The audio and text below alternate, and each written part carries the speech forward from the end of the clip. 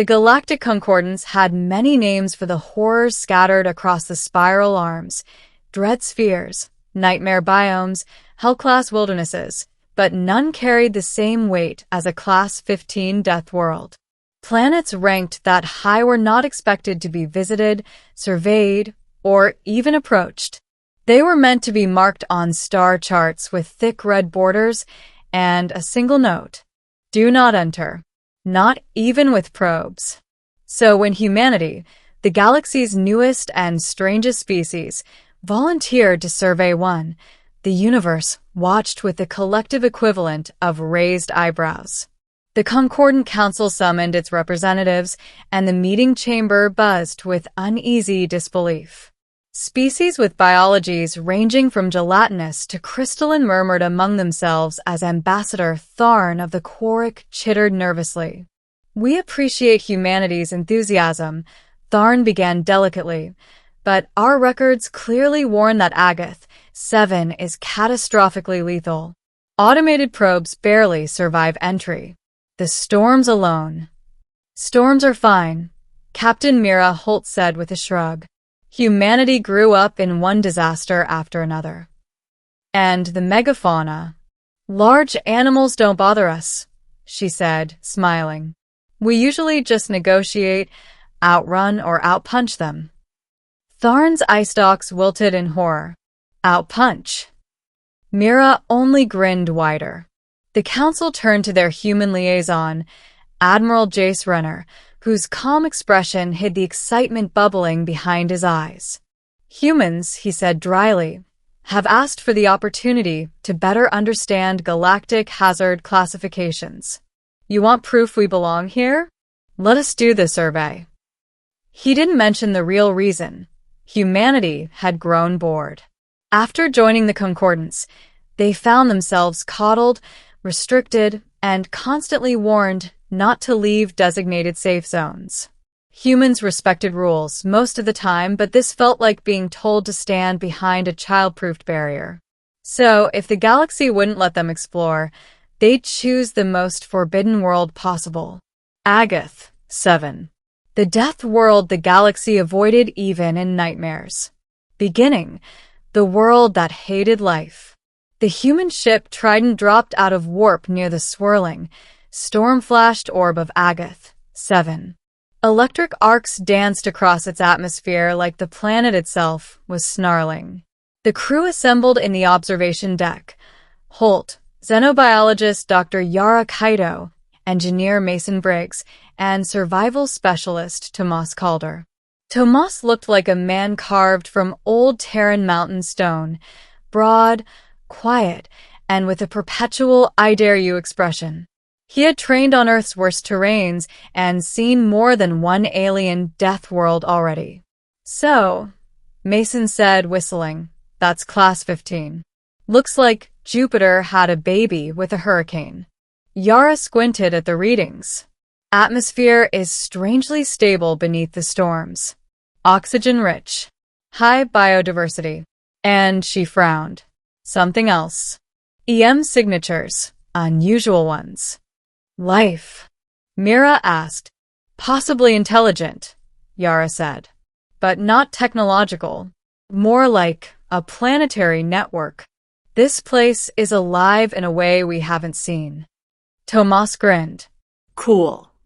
Mira clapped her hands. "Gear up. We land in 10. The shuttle descended through the atmosphere like a bullet through water, buffeted by winds strong enough to crush a starship under the wrong circumstances. But humans had over-engineered their small craft for this exact reason. Lightning struck them 6 times on the way down. Mason cheered every time. When they broke through the clouds, Agath 7 unfolded below them, towering forests of metallic vines, rivers glowing with bioluminescent microbes, and mountain ranges shifting subtly, as if alive. The shuttle's landing struts touched down on a clearing of shimmering fungus plates. Immediately, the ground quivered. Tomas' hand went instinctively to his rifle. "We expecting company?" "Not yet," Yara whispered. "But this planet is very aware of us." Middle, the planet that watched. Before the humans could take 10 steps, the forest began shifting. Vines unwound like serpents. Massive leaves angled themselves to capture light. Roots retracted into the soil, as if clearing a path. The planet was rearranging itself. Mason muttered. Does this place usually redecorate for guests? Yara recorded everything, breathless with scientific awe. It's not random. It's coordinated. This entire biome is a single organism acting in distributed communication. Mira stepped forward boldly, planting the expedition flag. Human Survey Mission Number 47, documenting Agath 7. The ground trembled. Then a voice, not through air, but inside their minds, spoke with a slow, ancient resonance. Leave. Mason froze. Did the planet just tell us to get out? Not planet, Yara breathed. The biosphere. Agath 7 is one connected entity. The voice rumbled again. You bring fire. You bring chaos. You bring unpredictability. Leave this place and do not return. Mira exchanged glances with her crew. Well, that's rude. Yara swallowed. We come in peace. The ground quaked violently. Peace is not human word. Peace is human weapon. Peace is what you use before war. Leave. Tomas chuckled. Planets got trust issues. Yara tried again. We aren't here to harm you. We only wish to study. The trees around them shook with what felt like anger. Study leads to control. Control leads to dominion. Dominion leads to death. Your species climbs. And climbs. And climbs. Never stopping. We know humans. We know what you are. Mira raised an eyebrow. Have you met humans before? A deep rumble passed through the forest. Earth. We remember Earth. The crew stiffened. Yara whispered, how could it know about Earth? The vines parted, revealing a massive pulsating core, some amalgamation of plant matter and crystalline neural nodes. A biological supercomputer. Images flashed through their minds. Volcanic death worlds. Acid storms. Ancient ecosystems that humans had long since left behind. Agath 7's voice shook with something between fear and awe. You are from the ancestor world. The world that survived its own extinction. Humans are the children of the first death world. Leave, before you bring Earth's fury here. Tomas grinned. They think we're dangerous. Mason fist-pumped. Finally, someone gets us. But Mira stepped forward calmly. Agath 7, we're explorers, not conquerors. We don't want to harm your ecosystems. Let us show you. Silence. Long, tense silence. Then, show. A test of will. A vine extended from the forest core, dripping with luminescent sap. Yara scanned it. It wants us to follow. The vine guided them into the deeper forest, where titanic creatures roamed. 8-legged apex predators the size of shuttles watched from above. One dropped from a tree, mandibles clicking, and Tomas simply held up his hand.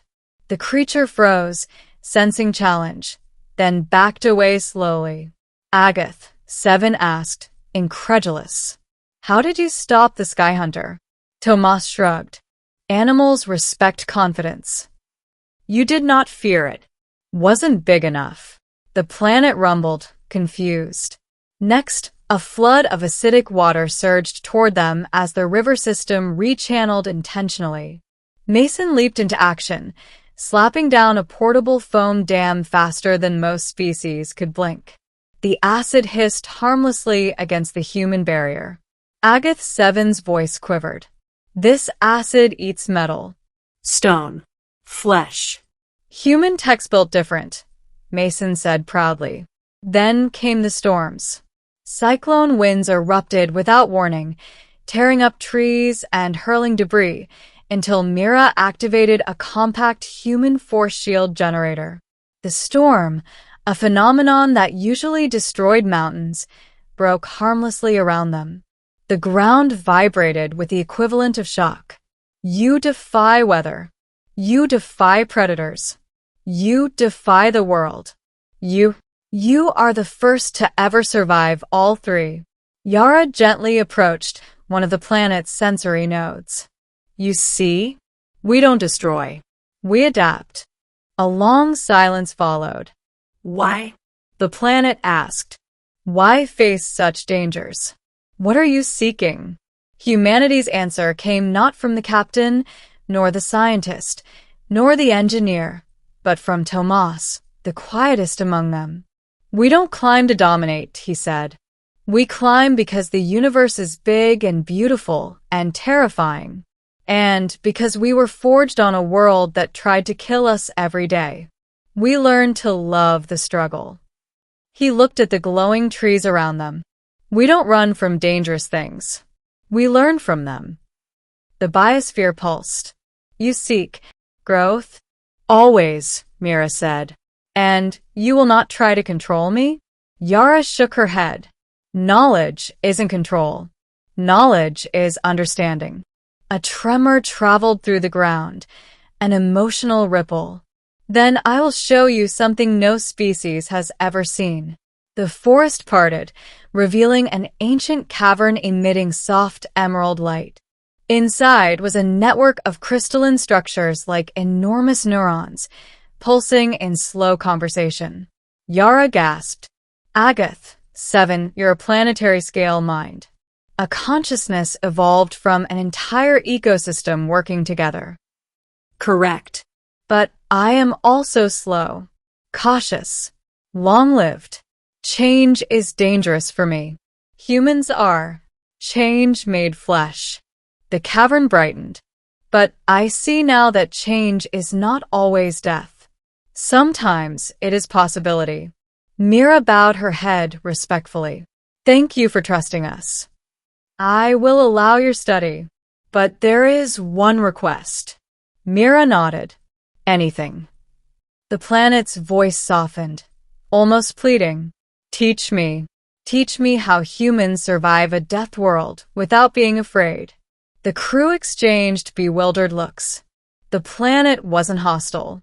It was terrified of itself. The unlikely alliance.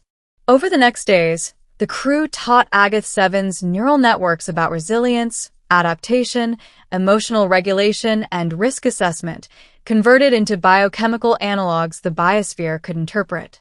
Humans, in return, learned from the planet's data nodes, absorbing insights on ecosystem coordination, healing cycles, and distributed intelligence. A kind of friendship formed. The forest no longer trembled in fear when the humans walked. Predators avoided them respectfully. Rivers diverted around their camps. Agath, 7 even grew platforms to help them reach high terrain safely. At night, the glowing canopy whispered stories of ancient epics, extinctions, rebirths, and cosmic events witnessed only by a planet that had lived millions of years. The crew listened like children hearing bedtime tales. And in the quiet moments, Agath, 7 asked Tomas to teach it the human concept of courage.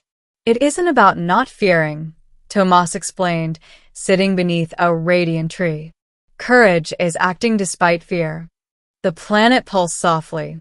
Then humans are very brave. Some of us, Tomas said. You are. He smiled. Thanks. The end. The planet that begged. When the survey mission neared its end, Mira contacted the concordance. Every species expected to hear of the human's demise or failure. Instead, Mira said, classify Agath 7 as cooperative Deathworld. The planet has agreed to join the Galactic Concordance as an independent ecological intelligence. The council nearly collapsed from shock. Tharn squeaked, You befriended a Class 15 Deathworld? Yara corrected him. No. We helped it stop being afraid of itself. A deep vibration filled the communication channel. Agath 7's voice transmitted through the human's equipment. Humans have shown me a new path. I would learn. I would grow. I would join you. The galaxy was silent for a long time. Finally, Admiral Renner spoke quietly. Humanity, how did you do this? Mira smiled. We just treated it like a person. When it came time for the humans to leave, the ground beneath their shuttle trembled with emotion. Agath 7 spoke one last time, its voice softer than ever. Do not go. Mira placed a hand on the shuttle hull. We have to, but we'll return. Humans, you are welcome here. Always. The winds calmed. The predators retreated. The forest lowered its towering branches like a bow. Agath 7, the deadliest world ever catalogued, was begging the humans to stay. Tomas spoke quietly. We'll visit, old friend. The planet's final whisper echoed in their minds as the shuttle lifted into the sky. Thank you for teaching me how to live with my fear. Goodbye, children of Earth. Back aboard the Trident, the crew watched the living planet shrink into a glowing marble. Mira exhaled slowly. Well, That's one hell of a first contact report. Mason snorted. Galaxy's gonna freak out when they realize humans just therapied a planet. Yara wiped her eyes. We changed an entire world. Tomas simply smiled. No, he murmured. It changed itself. We just showed it how. And somewhere deep in space, the galactic records updated. Agath 7, the only death world ever befriended by humans.